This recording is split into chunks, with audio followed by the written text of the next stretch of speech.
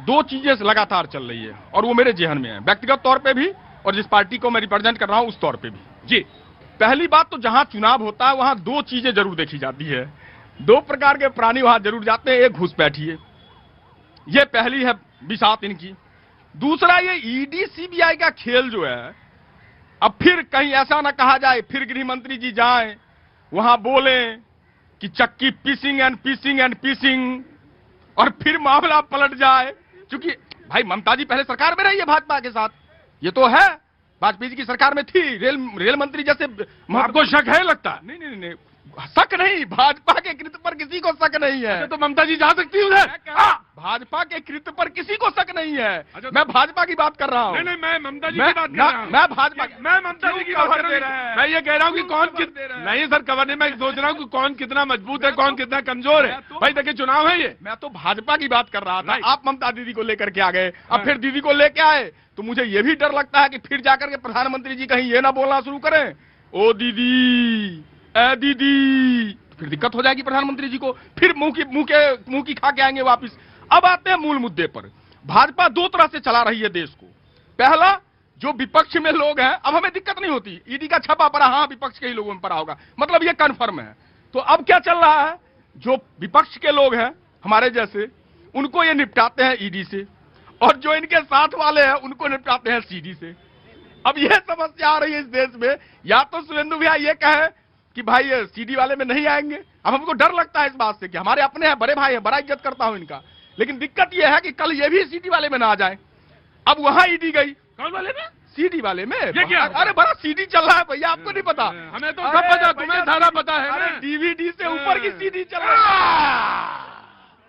ऐसा नहीं, इतना तो मैं बोला नहीं हूं कि मुझे पता ना हो सीडी क्या है।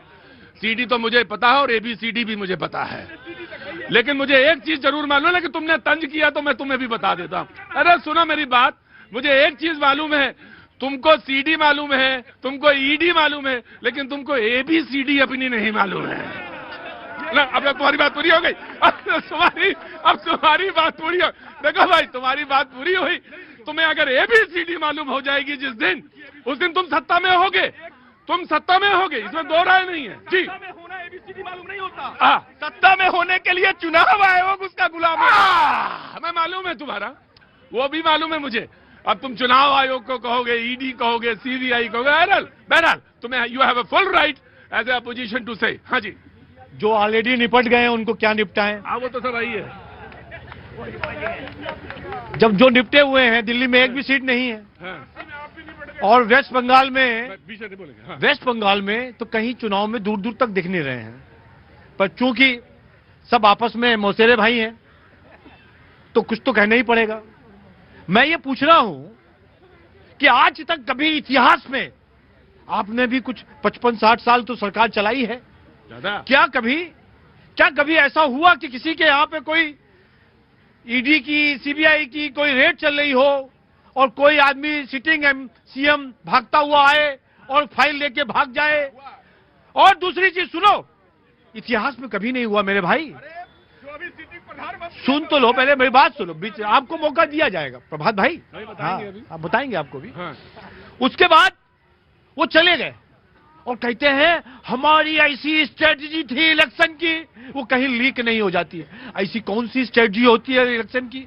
खाली कैंडिडेट के नाम होते हैं 8-10 और वो इलेक्शन से एक दिन पहले तय किए जाते हैं। हमने इतने चुनाव लड़े, स्ट्रेटजी विचारों पर होती है, स्ट्रेटजी देश भावना। देखो शुभेंदु भाई, एक बात तो समझ लो, स्ट्रेटजी तो होती है नहीं, और वो जो स्ट्रेटजी होती है वो इम्पोर्टेंट होती है। जो स्ट्रेटजी, तो हम फैक्ट फिगर पे बात करेंगे, हम तो कोयले पे बात करेंगे। अगर उस काम है तो उस पे बात करो। नहीं, मैं कहता हूं स्ट्रेटजी जो होती है सभी पॉलिटिकल पार्टी की ओपन होती है, वो कोई छुपी हुई फाइल के, हरी फाइल के तो नहीं होती है। तो अगर इतनी खुली हुई है तो मुझे बता दो, बंगाल में तुम्हारे कौन कौन से लोग चुनाव लड़ने वाले हैं? मैं बता रहा हूं। हाँ, जो बंगाल के अंदर हमारे चुनाव लड़ने वाले हैं वो सब भारत को चाहने वाले हैं। अच्छा। बांग्लादेश को मैं दे दूंगा। अरे 5 सेकंड क्यों मांगते हो? मुझे भैया भी कहते हो, 5 सेकंड भी मांगते हो, तो लो। एक ही नाम लूंगा, संजोग नाम भी मैच करता है, शुभेंदु अधिकारी। अरे जब अपने आदमी को घर में ढंग से रख नहीं पाते इसमें तू अधिकारी मेरे थोड़े था। हैं? अरे उस पर तो बड़े आरोप लगे थे। लगाया जिन्होंने था, आप वही इनका नेता। अपने आदमी अपने आदमी को मिलने का समय नहीं, अपने आदमी को मिलने का समय नहीं देखो, कुत्ते को बिस्किट खिलाओगे। मैंने कहा ABCD ठीक करो, मैंने कहा ABCD ठीक करो, मैंने कहा ABCD, कुत्ते को बिस्किट खिलाओ, लगी वही झूठ। लो लो लो लो देखो, बोला था सिंचाई घोटाला। मैंने तुमको सिर्फ बताया, मैंने तुमको बताया। आओ समाजवादी पार्टी, अब देखो 4 पसली वाले। सही कहा आपने। कोई कुत्तों को बिस्किट खिलाता तो कोई मोर भी नचाता, उसके पास इतना समय होता है। खैर उसकी बात जाने दीजिए, लेकिन ये फैक्ट है कि जहां भी चुनाव होने वाला होता है उसके पहले ये अपना जो है ये ED CD BD जो भी है इनका, ये सारे छोड़ देते हैं। इन्होंने पूरे सरकारी संस्थाओं का प्राधिकरण किया है। क्लियर जानिए, क्योंकि जो ये सरकारी एजेंसियां होती हैं वो किस लिए बनी होती है, लेकिन उनका उपयोग आज की तारीख में क्या हो रहा है, कैसे हो रहा है। लीक कह रहे थे, अरे लीक से तो इनका बड़ा पुराना नाता। आप उत्तर प्रदेश के अंदर देखिए ना, अभी प्रोफेसर की भर्ती का जो है पर्चा लीक कर दिया गया। ये जो है वो युवाओं के सपनों को कैसे रोध रहे, ये कहते हैं लीक नहीं होता है, इनका तो सारा सिस्टम ही लीक है। ये क्या लीक पर बात करेंगे। उत्तर प्रदेश के अंदर जिस तरीके से तमाम 27 से ज्यादा एग्जाम हुए, एग्जाम के सारे पर्चे लीक हुए, आज लड़के बेरोजगार होकर के सड़कों पर घूम रहे, ये बात करते हैं लीक की। लेकिन एक बात जरूर मैं कहना चाहूंगा, भारतीय जनता पार्टी एक डरी और सहमी पार्टी है, क्योंकि जब भी चुनाव आता है आप देखिए, अरे दम है तो आओ ना, 2-2 हाथ जनता के बीच में करते हैं, आओ ना। किया तो था 2025-24 में, हमने बताया तुम्हारी हैसियत उत्तर प्रदेश में क्या है, हरा करके रख दिया। अयोध्या भी हराया, चित्रकूट भी हराया, जहां के ये सपने देखते थे वहां पर हमने धराशाही किया। इनके अंदर दम नहीं है कि आकर के। अच्छा ये बताओ जरा हमें, ये दम कहाँ शरीर में पाया जाता है? हम जाने नहीं, हम ये बताओ दम होता कहाँ है शरीर में? दम वहां होता है जहां पर हमारे शरीर में पूछा है, बताया कहाँ होता है? विश्वास में। शब्द याद आ गया, विश्वास। बोले दम नहीं है जी। नमस्ते सर। अब ये शरीर में बता नहीं पाए दम कहाँ होता है। मैं आ रहा हूँ, मैं पूरी बात लिया अभी। मैं आ रहा हूँ जी। अब जनता से बात करते हैं, फिर आता हूँ, मैं आपके पास आता हूँ, बिल्कुल आऊंगा। आपके बगैर तो शो ही नहीं मजा आता मुझे जी। नमस्ते सर। जी हाँ जी, कुछ कहना है?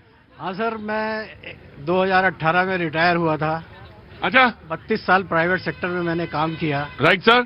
और सर आज तक मैं पेंशन नहीं पा पाया। क्यों नहीं पाया प्राइवेट सेक्टर में? जी सर। क्यों? इसलिए कि मैंने किस डिपार्टमेंट में थे आप? मैं सर ईस्ट इंडिया कंपनी में काम करता था। ईस्ट इंडिया कंपनी को, वो कलकत्ता वाली अच्छा। फार्मास्यूटिकल कंपनी है सर। अच्छा, फार्मास्यूटिकल कंपनी में। तो क्या रीजनल आपका जो पेंशन वाले ऑफिसर है? सर मैं इस कंपनी में 9.5 साल मैंने काम किया। उनके हिसाब से 10 साल अगर आप नहीं काम करते किसी कंपनी में तो आपको पेंशन नहीं मिलती। लेकिन मैंने उसके पहले और कंपनियों में भी काम किया है। रिटायर मैं इस कंपनी से हुआ हूँ। उन कंपनियों का जो पेंशन है, जो मैंने दिल्ली में काम किया है। खैर मैं आपको एक बात कहता हूँ, मैं जब ये खत्म हो जाएगा शो तो मैं किसी जो सर्विस मैटर के वकील हैं मैं उनसे फोन पे बात कराऊंगा आपकी, है ना सर? मैं पूछूंगा, है ना? और क्या है? अरे और क्या, आपका कोई उलझा हुआ मसला थोड़ी ना है। कोई आपको कंसल्टेंसी चाहिए, वो कंसल्टेंसी मैं दिला दूंगा। कोई जो सर्विस मैटर के वकील होते हैं मैं उनसे, हाँ नहीं वो हो जाएगा। उलझा हुआ मसला इधर है तो वो मुझे उलझा मसला इधर है जी। आपका ये पहले शरीर में जब तक नहीं बताओगे दम कहाँ होता है, मैं तब तक नहीं आऊंगा। तुम्हें आऊंगा, इधर आओ, पहले आओ। देख के नहीं लग रहा कि कितना दम है। ये तो दमादम है।